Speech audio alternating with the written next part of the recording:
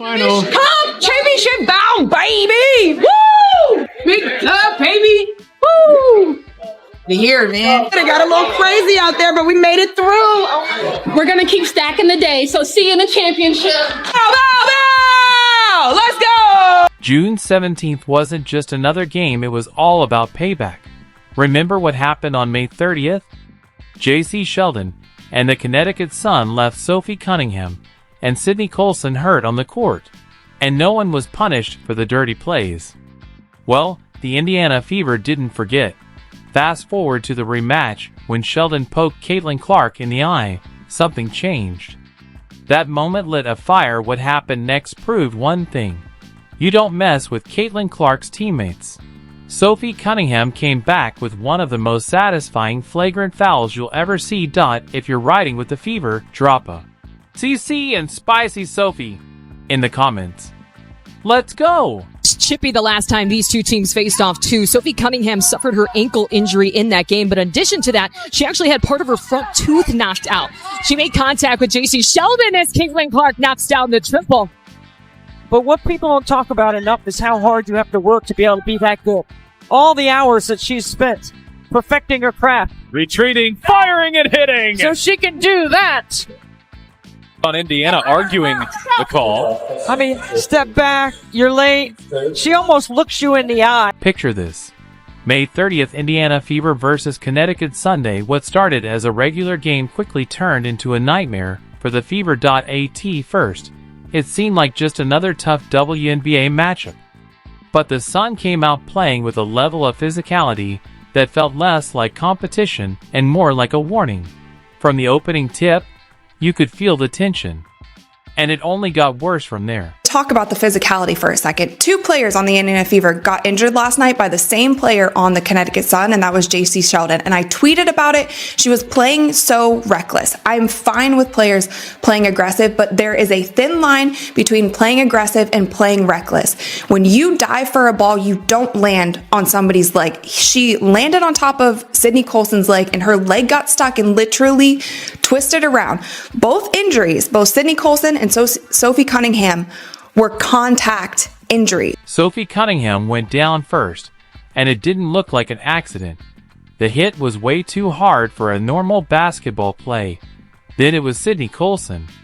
Another suspicious play. Another injury. And fans everywhere started asking the same thing. What is going on out there? At the center of both incidents, Jacy Sheldon playing with an aggressive edge that felt less like hustle and more like intent.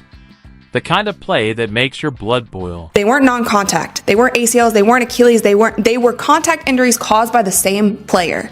And this kind of physicality that the WNBA they brag about. They say it's always been a physical league. That's just the heart of the It's not good basketball. And we've seen so many injuries. Paige Becker's out with a concussion. Rakia Jackson was out with a concussion. All of these injuries are contact plays. We've seen Caitlin Clark last year get chucked to the ground. We saw Angel Reese get clothesline chucked to the ground.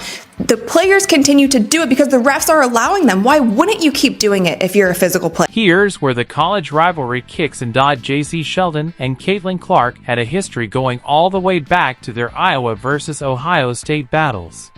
Every time they faced off, Sheldon made it her mission to get under Clark's skin. She followed her everywhere, bumped her on screens, and talked trash whenever she could. At that point, it wasn't just basketball. It was personal. Her mortal enemy took out a player. Jacy Sheldon. Caitlin Clark's mortal enemy. Jacy Sheldon. The refs on May 30th? They let everything slide. It was like they were watching a different game than the rest of us. Hard fouls. No calls. Dangerous plays? Ignored. Caitlin Clark had to stand there and watch her teammates get hurt, while Jacy Sheldon walked away without even a warning. The frustration kept building with every possession. The Fever fought hard but lost 85-83. But the real loss: two key players, Sophie Cunningham and Sydney Colson, injured. Injuries that could have been avoided if the officials had done their jobs. And their absence? It hit the Fever hard in the games that followed. This is a reckless play. This is reckless. It's not, it is dangerous. There is no, and this angle makes it look even worse. It is dangerous. Like, Sid Colson is between her and the ball. Sid Colson is, in fact, between Jacy Sheldon and the ball, and she dives through her knee. It wasn't even called as a foul. It wasn't even called as a foul. You could see it in Caitlin Clark's eyes after that May 30th loss. The way she looked at Jacy Sheldon in the handshake line. The way she answered reporters. This wasn't over. Not even close. The Fever remembered who caused the injuries. They remembered how the refs let it all happen. And they circled June 17th on the calendar. That day finally came. Clark returned from her quad injury, fresh off a dominant win against the previously unbeaten New York Liberty. Now, it was time to face the Connecticut Sun again, her second game back after 3 weeks off. From the moment she stepped on the court, you could tell. She didn't forget a thing. The way she moved. The way she stared down the sun during warm-ups. This wasn't just another game. She just texts me. She never texts me during the game. All right. Here is Clark splashing home a three from way downtown. Kelly escorting her back to the bench. Jacy Sheldon is there with her hand in her face. The game tips off, and the tension is thick. Jacy Sheldon is guarding Caitlin Clark like it's personal, way too close, way too physical. She's shadowing Clark on every play, bumping her on screens, doing all the little things that turned basketball into a fight. It's the same aggressive style that injured Sophie Cunningham and Sydney Colson back in May. And now everyone in the arena can feel it. Something's coming. And Caitlin Clark are talking to the official. They're both going at it saying, hey, oh, there's a little extra right there. Uh-oh. Then Marina steps in to protect JC. Then comes the third quarter, and the moment everything changes. Clark is bringing the ball up the court, and here comes Sheldon, closing in on defense. She reaches in, going for what looks like a steal, but instead, her finger jabs straight into Clark's eye. The contact is instant and brutal. You can see Clark's head snap back from the hit. There's no question about it. It was clear. It was ugly. And it crossed the line. Third quarter we go. They're trailing by 10. Keep an eye on her and Jacy Sheldon. Clark trying to back her down. Clark is okay. Sheldon, that was Clark, hitting her in the face. Clark is upset about that. Then everybody's upset about that. Marina Mabrey comes in. She decks Clark, tempers flaring on both sides. Clark grabs her face, immediately pain and fury all over her. She's squinting, trying to clear her vision, but you can tell. This isn't just about the eye poke. This is about everything. The same player who injured her teammates now coming after her. Same dirty tactics. Still no accountability. Clark does what any competitor would do. She pushes back. Literally. She shoves Sheldon away after getting poked in the eye, a raw, human reaction anyone would have. The crowd erupts because everyone saw what really happened.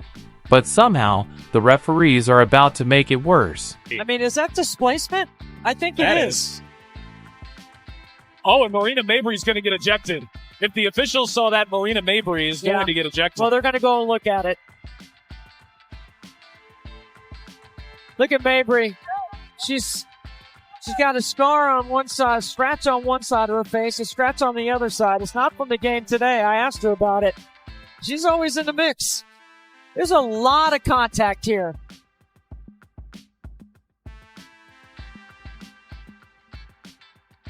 There's a scrape across the face.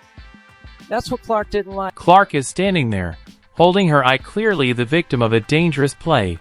But instead of protecting her, the refs reach for their whistles. The arena buzzes with confusion and outrage. Fans are pointing at the replay boards, where the eye poke is clear as day, but the officials have already made up their minds. They hit Clark with a technical foul. For what? For pushing back after getting poked in the eye. She wasn't starting trouble, she was defending herself. Clark had just dropped 32 points in her first game back from injury. And now she's being punished. For reacting to a dirty play, it made no sense to anyone. The call sent a terrible message. Go after Caitlin Clark, play dirty, and if she stands up for herself, she'll be the one who gets punished. But this wasn't over, because Marina Mabrey was watching the whole thing unfold and she was about to take it to a whole new level.